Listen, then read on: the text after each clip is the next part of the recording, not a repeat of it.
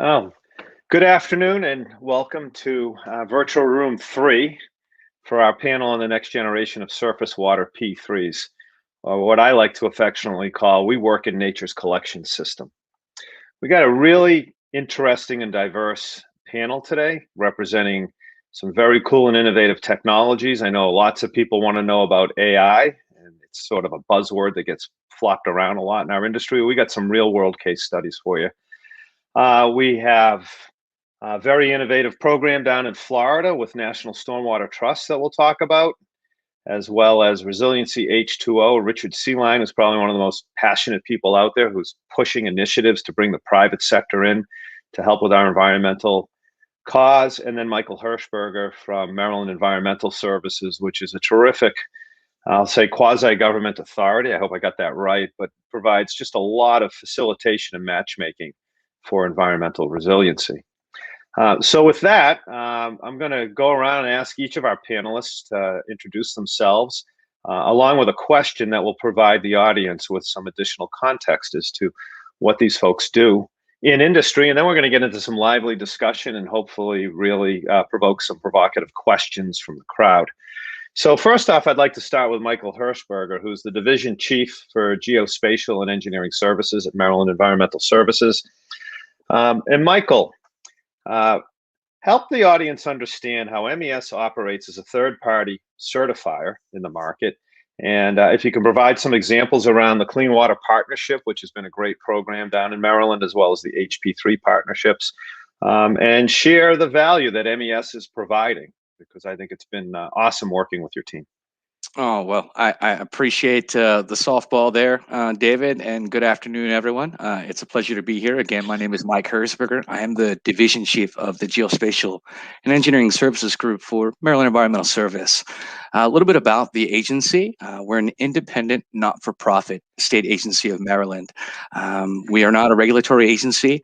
We are not a resource agency. MES is a service agency, and we get no direct operating appropriations or budget, if you will, from our General Assembly. We support other state and local partners solving environmental challenges. We have about 850 employees.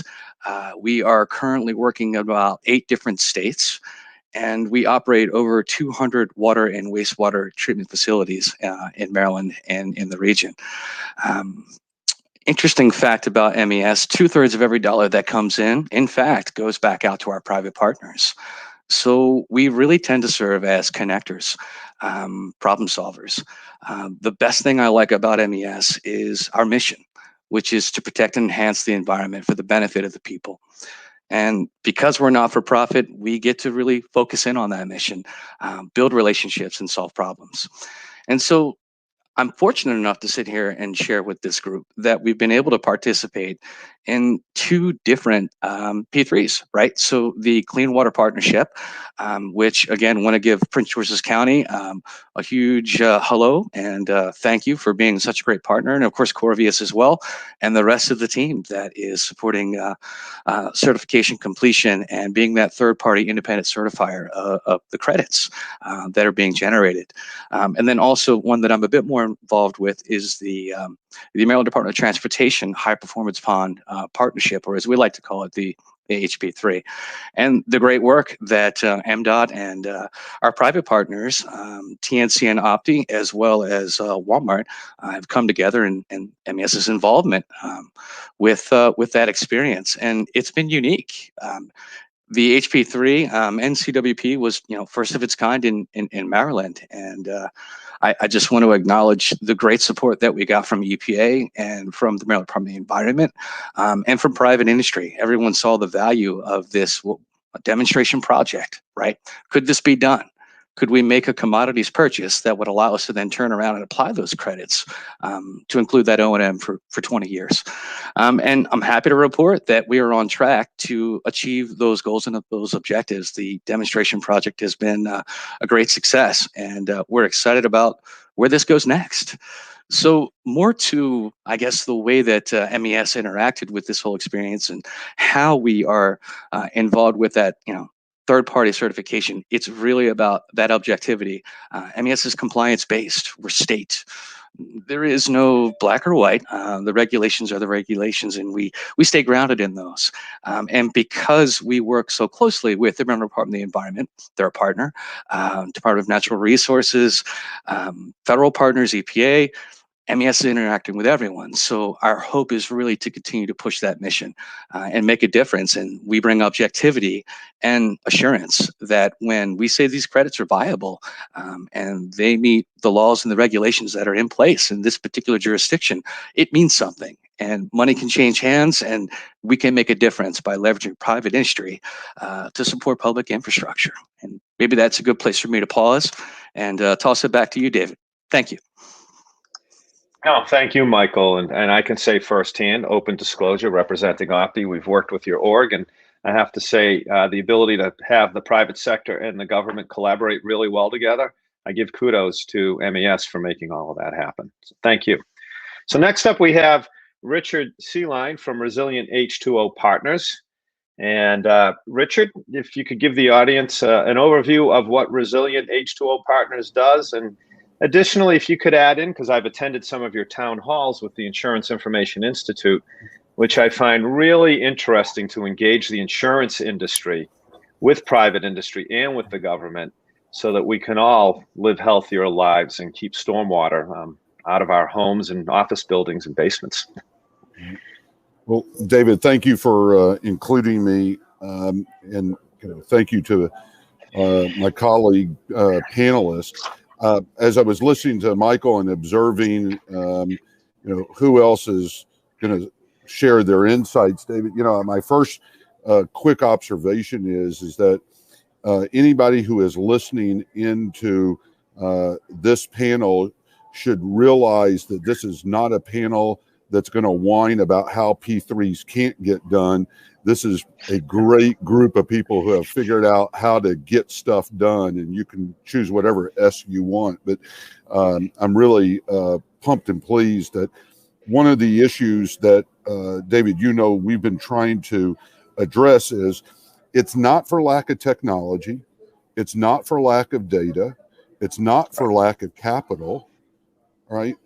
One of the biggest challenges is how do we put together the right kind of business model? How do we actually put something together that can work? And the special ingredient to that is also how do we find champions who are willing to step forward in making it happen? And we call these P4s, private, philanthropic, public partnerships. And Michael, not to take away from the leadership role that you've played, but frankly, you're somewhat of an outlier, and that's one of the challenges. And when Jeff talks, he'll talk about how he stimulated what he's done, in Maryland. Resilient H2O Partners is a spin out from an original 501c3 that was formed in Texas to address the drought of record in 2010, 2011, when, frankly, the state of Texas determined that water actually had value when you don't have any water. And it changed the dynamics of the conversation about financing and funding water infrastructure. But our real mission and focus has been on our definition of resilience, which is pre-disaster risk mitigation. Pre-disaster risk mitigation. Why? When you're the insurance and reinsurance and FEMA and HUD, and you've lost $1 trillion in payouts on the U.S. Gulf Coast alone, and a similar amount in the mid-Atlantic area, and a similar amount in the Midwest, and you go on, the fact is that the country is having persistence, floods, storms, all kinds of disasters.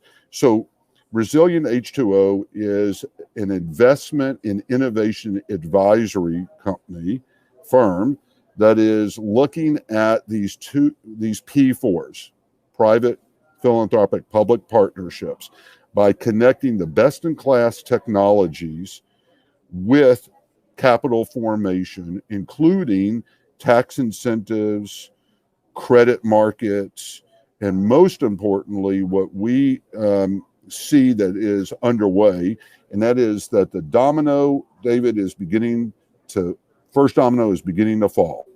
that the insurance and reinsurance industry can do many things. One is they can raise premium rates. Obvious. Second, they can abandon markets, which is what's been done in Florida in the past and Texas, which is after a while, the losses accumulate so much, and recognizing that there's nothing changing on the ground, they make a decision to leave that market. But what we have realized in working with the Insurance Information Institute and others is that there's actually two other efforts. Risk transfer, meaning that, like what you and I do with our automotive insurance, we get discounts for certain things that are on our cars. That's beginning to change in the property, casualty, and flood insurance market. And then the second, David, is very quickly to wrap up is that they are becoming investors in private equity positions in technology companies, and most importantly, in these large-scale projects. Why? Because it's reducing the future losses, and it's changing the dynamics for communities to be pre-disaster mitigated. Well, that's a set of great developments to hear, because as we see, it's the private sector who can really drive improvements in any sector of society. So thank you, Richard. Next, I'd like to introduce Jeff Littlejohn, who's the president of National Stormwater Trust. In open disclosure, their organization is also a very good partner with Opti. And Jeff, I think you came up with something extremely unique that you have in the state of Florida. How did you come up with this idea of repurposing FDOT ponds? David, it's a great question. And first, I'm very pleased to participate on this panel, and thank you for the opportunity. And I've certainly enjoyed working with Opti and everybody on your team. So I'm a stormwater engineer, and I'm also a former environmental regulator. And in Florida, where I'm from, we've got a lot of flood-prone areas, but we've also got a lot of challenges with water quality. Whether it's the runoff from our fertilized lawns or from our streets and parking lots or from development, a lot of that runoff ends up in our waterways and contributes to their pollution. When the problem gets big enough, like it is here in Florida, people start demanding solutions. And unfortunately, those solutions have historically resulted in just more or bigger stormwater ponds, ditches, canals, reservoirs, and that infrastructure has typically gotten built at significant taxpayer expense. And then it unfortunately just sits there, waiting for that next rain event to be useful. And we've been calling that practice of stormwater management, building these massive ponds and letting them, sit there waiting for the rain. We've called that stormwater management for a long time. But at National Stormwater Trust, we think we need to change the management model. And we're really excited about this. We think it's a pretty innovative business model to accomplish that. And it all begins with a watershed perspective. And I learned a lot of this from Opti. This is going to sound very familiar to David. Stormwater does not care about property lines or jurisdictional boundaries. That's something that I observed as a regulator. And unfortunately, our regulations are still really geared towards a development is proposed. There's going to be some generated stormwater runoff. That stormwater runoff needs to be treated at the site of development and then ultimately discharged as a cleaner product out into the environment. But stormwater doesn't behave that way. Any stormwater management approach that stops at the property line or city limits or county boundaries is going to be suboptimized. And so at NST, we wanted access to stormwater infrastructure at a regional scale so we can manage stormwater more efficiently. And so we partnered with DOT with Florida Department of Transportation to acquire access to thousands of stormwater ponds across Florida. And we're retrofitting these DOT ponds with technology from Opti to create regional stormwater treatment facilities and improve Florida's water quality. Thank you, Jeff. Now, finally, we have Dave Burrows, who's the CTO of HAL 24K Water, a company whose offering I find fascinating. I've been in tech for 40 years. There's always a new set of buzzwords, and what's a buzz right now is artificial intelligence. A lot of people are using it for marketing. HAL 24K Water is using it to solve stormwater problems. So, Dave, how is it that AI is assisting with storm and wastewater management, and how does it affect modeling? Thanks, David. Yeah, like you, I've been around machine learning for, well, longer than I care to really mention as well. So machine learning's been around a long time, and HAL24K Water, a UK and European company that specialize in bringing the latest AI and ML techniques into the water industry. So for a long time, I was working with teams in the Netherlands and the UK to build an AI and machine learning system that could do something rather unique, and that's put these systems onto people's desks. So take them out of the R&D lab, make them actually model the real world, put them on people's desks, and in a P3 environment, that means bottom line benefits, it means environmental benefits, but we can only make that change if the companies involved in water management are changing the way they work. So really, we see data science, we see big data, and we see all the buzzwords such as neural networks. We see them as tools to make changes within water management businesses. And that's been helped a lot these days, because IoT and what's happening with putting sensors, we've always had sensors in controlled environments like water management and water treatment plants, okay? But getting those sensors into the real world allows us to monitor and do data processing at a regional scale, at a city scale, and at a country scale.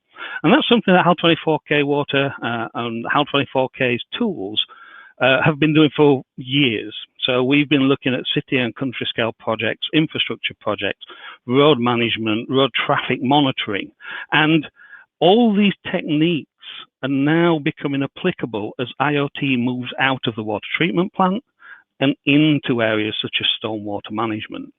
And it's this new breadth and depth of data that's allowing us to find ways of changing the bottom line and find ways to help benefit the environment.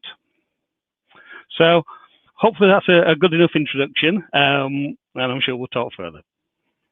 Yeah, no, that is terrific. And I love the whole concept you have of situational awareness and how you're out helping regions to solve problems, and we're not just looking at a specific, very granular piece of locality.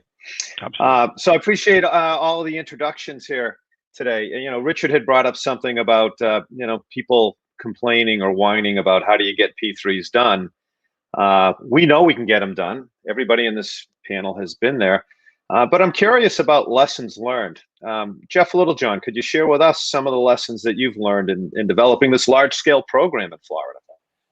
Well, certainly, I'm happy to. First, I'll point out that approaching any large public agency with a new idea, and when that initial approach is unsolicited, I'll tell you that you get some strange and unpredictable responses, right? So we spent a lot of time talking with the Department of Transportation about their objectives when it comes to the ownership and operation of the thousands of ponds they have all across Florida, and then just educating them about the opportunities to do more with what they have. And then the question just becomes, well, what can you bring to the table? Can you how can we work an arrangement out where you don't impact our transportation mission? You don't create a flood problem to a road, or create an unfunded liability to the taxpayers. They have their public mission, and that's an important mission. So we were very conscientious about protecting the department's transportation mission, whether it's maintaining the infrastructure they've already built or building that next new road, right? That roadway expansion. Once we kind of deconflicted our business models, the conversations got a lot smoother, and we ended up formally submitting an unsolicited public-private partnership proposal a couple of years ago. It was advertised as is required in the state of Florida, and thankfully to me and my team, nobody really understood what we were trying to do. We didn't have anybody else respond to the P3 proposal but my company, and we went right into negotiations.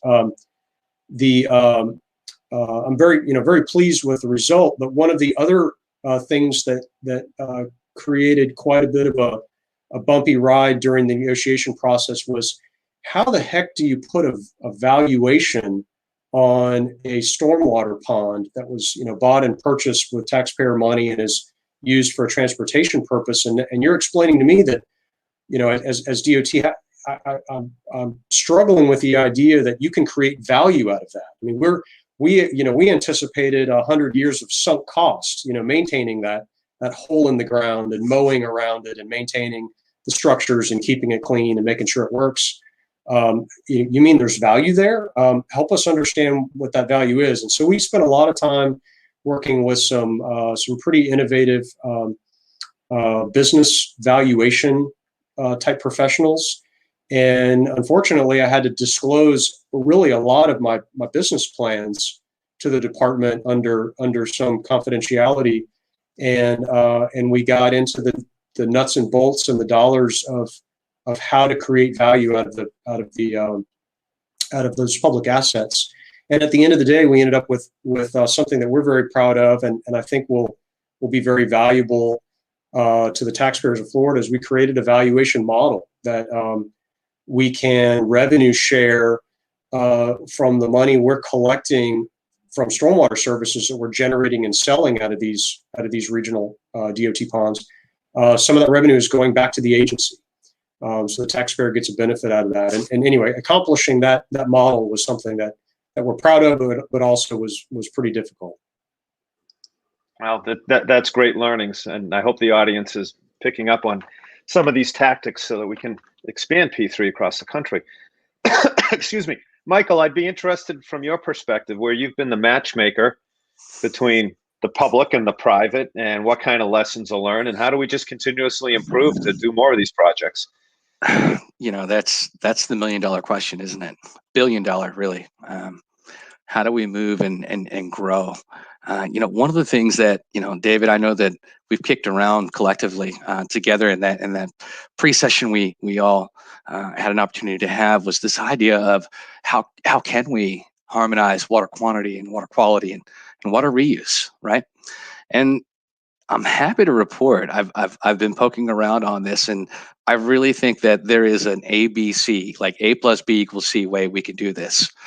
And believe it or not, it starts out with FEMA, our federal partners, and really taking a close look at the Hazard Mitigation Assistance grant program, right? And in particular, the Building Resilient Infrastructure and Communities grant, right? The BRIC grant.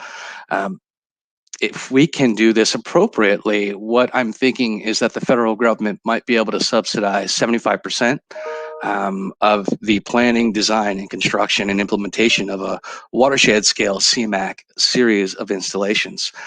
This is a huge idea, but you know what? Here's the great part. If we can get private equity investment to kick in the 25% non-federal match, whether that be philanthropic or some other mechanism, you would basically be looking at the potential of nutrient credits or water quality credits coming on the back end that could then be sold to recover those costs.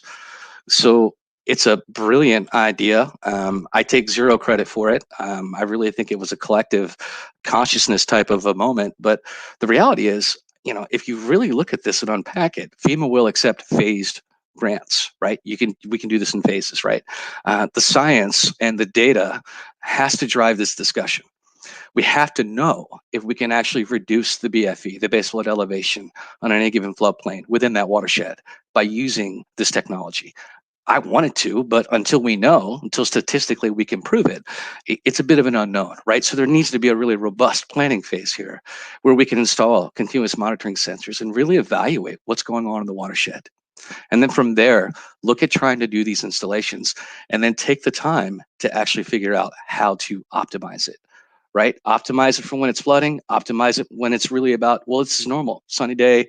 It's more of just a water quality focus. We optimize it that way. And folks much smarter than me are going to figure this out. I know it. But the great part about it is if we can get private equity investment to kick in that 25% upfront cost. And by the way, you only spend the money if you get the grant. And all you really have to do is work with the jurisdiction. whether that be a local jurisdiction or a state jurisdiction. I threw this idea out to a few of my peers at the Maryland Emergency Management Agency, and this all made sense to them.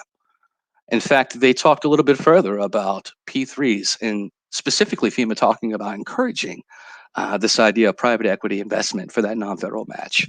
So I could keep going. I won't. But I really would love to talk more about this and figure out a way to spur some opportunities to do something where we scale up what we know will work in Maryland. So thank you. A great question. Yeah, it's terrific. As we continue to learn, we're going to continue to improve. It's just never going to end. So let's keep doing that. So I'm gonna shift over to Richard Seeline, because we've had a lot of discussions about how we all just drown in data. In fact, I think data is just bits and bytes, and it's not really anything until it's transformed into information. But could you speak a little bit about that in terms of your P3 experience and the plethora of data we're all saddled with? Well, first off, Michael, we are in. We're on board. Us and the Insurance Information Institute have been working with some of the senior leadership at FEMA. There's some transitions, obviously, in the new administration. There's a lot of opportunity, I think, to shape up some pilots and demonstrations, because I think it goes to something, David, and let me segue into this issue about data. The data science is literally at the best it's ever been.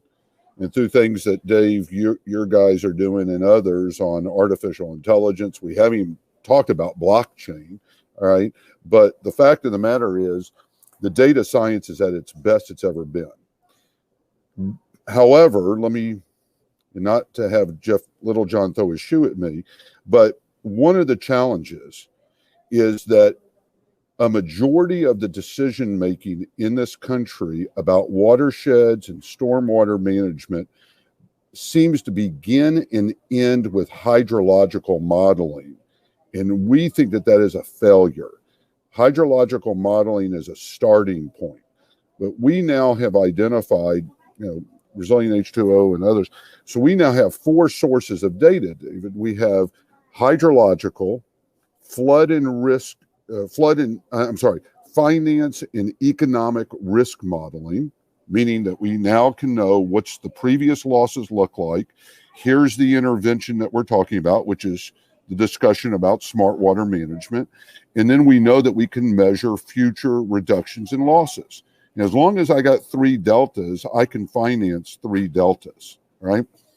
But we've also found some tools that measure the economic impact and value of nature-based investments. And last but not least, let's be also honest that it's hell being poor. It's really hell being poor going through persistent flooding, and therefore low to moderate income neighborhoods who tend to be downstream are the beneficiaries of the failure of doing things upstream. So we've got 4 sources of data right now. And one of the challenges is we're drowning in data and thirsty for intelligence. And that's where I think, Michael, it goes to what you're proposing and what Jeff's already doing and what we're trying to do is that we need to find a way to convert all of this into intelligence, which helps resource allocation, using the assets differently, and more importantly, David, building confidence with elected and appointed officials. Because at the end of the day, David, we've all talked about this in some way or another. The real reason why P3s exist is that there are underutilized assets in the public sector, number one. And number 2 is that the existing procurement processes do not work. And one of the failures of the existing procurement process is that I get an RFP and it says I want to move that amount of dirt from over here to over there. And the RFP tells me what color the 4 wheels on the wagon should be, how long the handle should be, what the size of the bucket of the wagon, rather than telling me how quick, how soon, and what's the performance metrics. So where data now moves into intelligence is to help the procurement process evolve to performance-based outcomes. And I think Michael and Jeff hopefully will agree that we now know that this works. It is how do we inform elected and appointed officials who have to go before voters, taxpayers, and ratepayers and say, oh my God, you're just creating a bunch of liabilities, when in reality, we know we are de-risking the liabilities and the losses. Now that's a great point, Richard. And I'll say, I have ridden the digital adoption curve in 7 verticals in my career. And at some point, the industry stands up and demands data standards. So think about it. In the private sector, competitors are saying they want a data standards. Here, we can all cooperate together and we don't have one. So I'm putting a call out to the industry. We need a data standard. So with that, Dave Burrows, you're sitting on the motherlode of data through AI. How do you respond to what Richard's talking about with your models? Two points, really. First of all, yes, absolutely, we need data standards. One of the biggest problems we have in AI and this motherlode of data is that it's all in different formats. And part of what we do, and a lot of what we do, is bring all these different systems together. So we've had to create our own data standards. So we have our own water-based data schemas. It was the only way we could do that, right? So absolutely with you on a call for international standards, especially as we start to pull data from the environment. Secondly, absolutely, hydrological models, as Richard says, is the start point. You know, we're now in a position where we've got real world data streaming in. We can verify the hydrological models are correct. We can start to find what we sometimes call dark data. These are relationships in the data that the hydrological models don't know is there. But because the relationships are there, we can give insight as to, for example, using computer vision to look at things like permeable surfaces with satellite imagery. We can look at, both the downstream effects and suspended solids and factor that into the management of the water upstream. Because using big data tools, we can look at multiple systems and multiple data feeds and bring them all together into decision-making processes that are therefore much more efficient.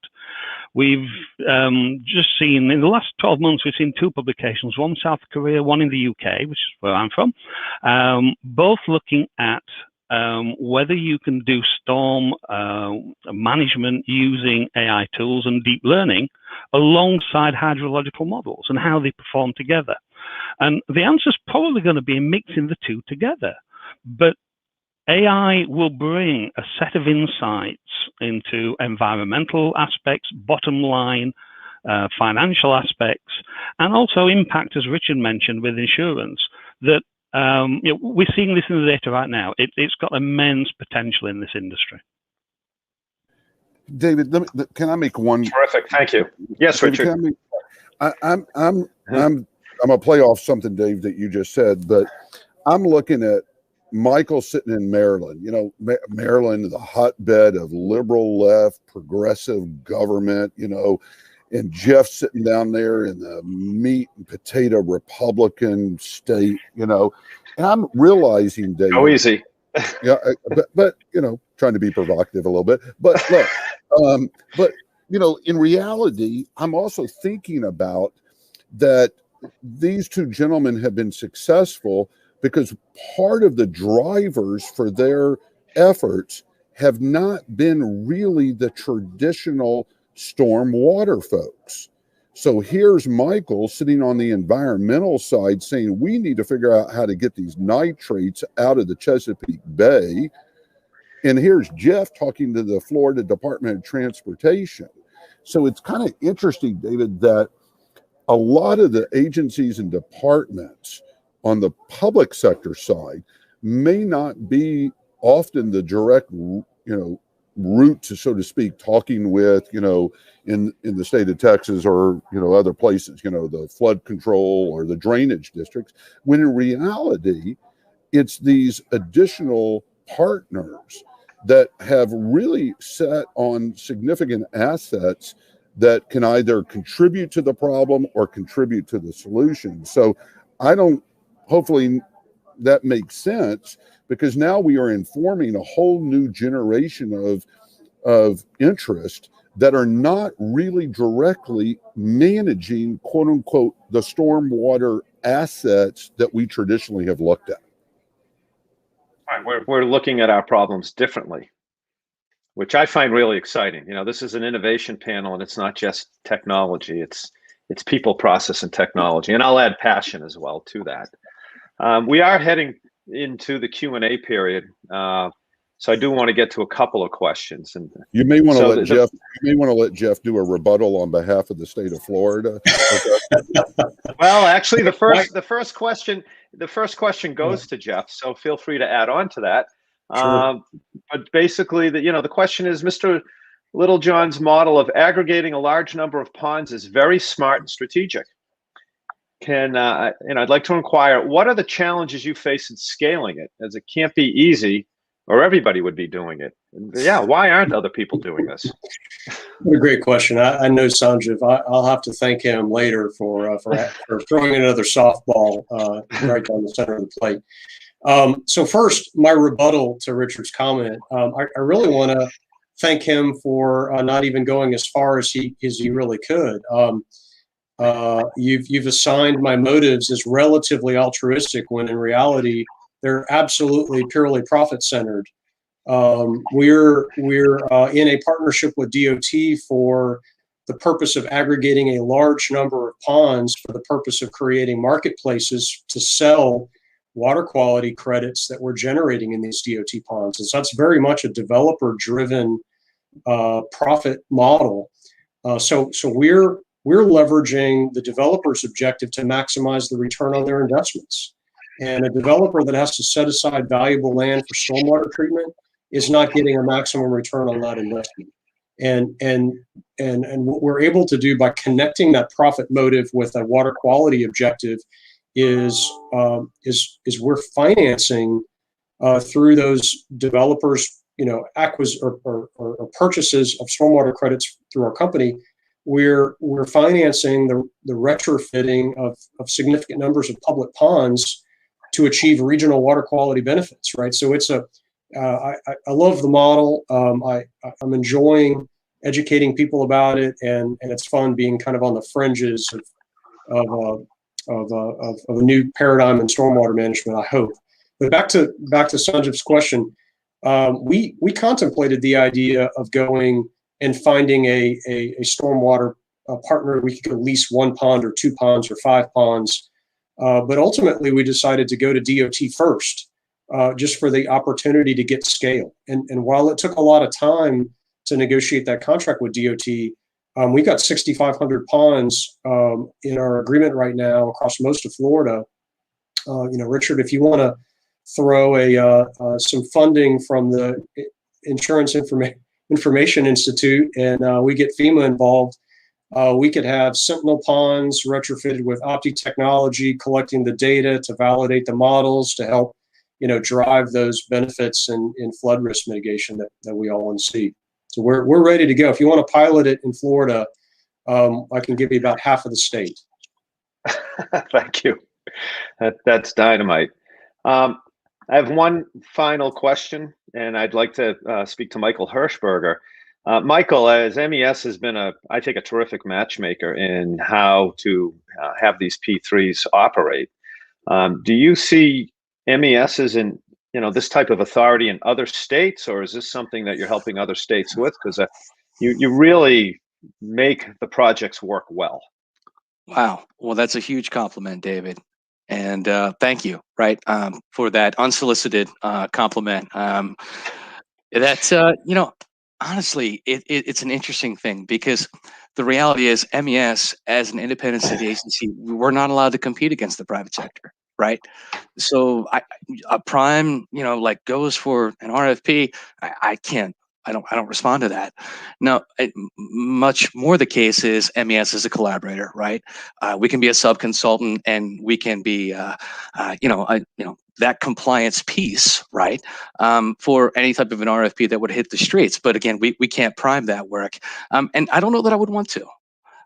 We do a lot of wonderful work with our federal partners, through our state partners, EPA and others. And right now, that's why we're in 8 states. And I'm touching 3 or 4 different EPA regions. And I do want to plug, if I can just quickly, the Watershed Resources Registry.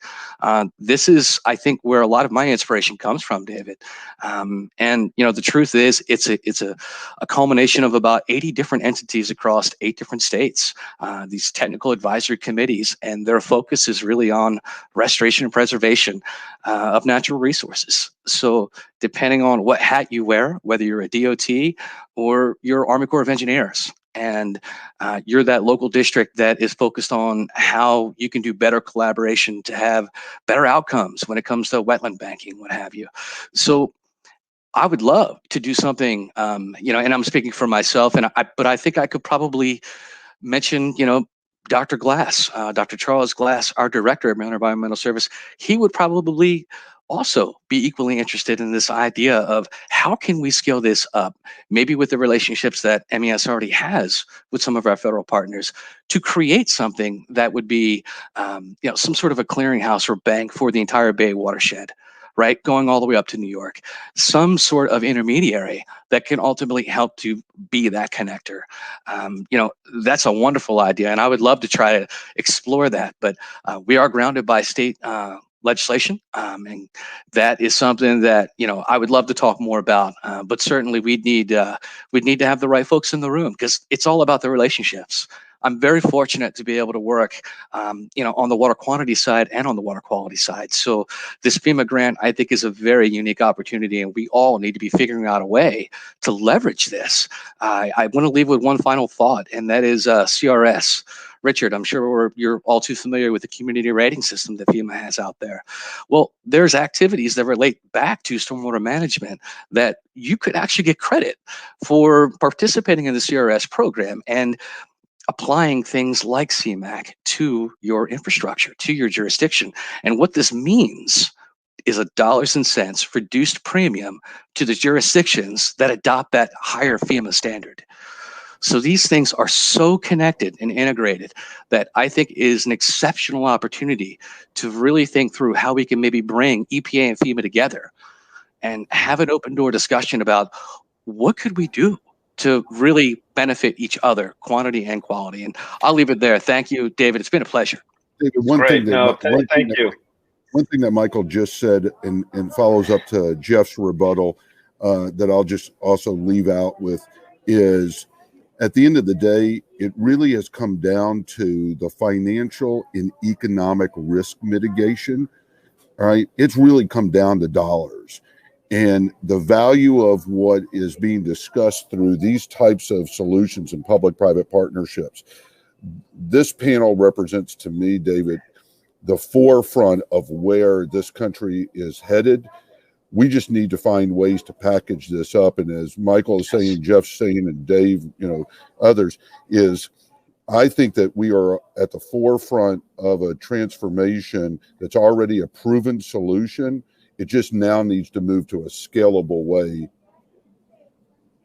Absolutely. And, you know, we're approaching the end of our panel today. I want to thank our panelists, not just for participating in this, but how you're helping to change our world and improve our environment. You know, they say patience is a virtue, but when there's suffering and there's pain and there's hurt, which is what Mother Earth is going through, it's okay for us to be impatient and use our passion to drive the energy to solve these situations. To our audience, thank you so much for attending. I hope you got some great value out of it. Don't hesitate to contact any of us on this panel. As you can tell, we're all focused, we're driven, and we come up with creative solutions to continually improve. So thanks again. Everybody have a great Earth Day, and hope to see you again at the next P3 Summit. Bye-bye.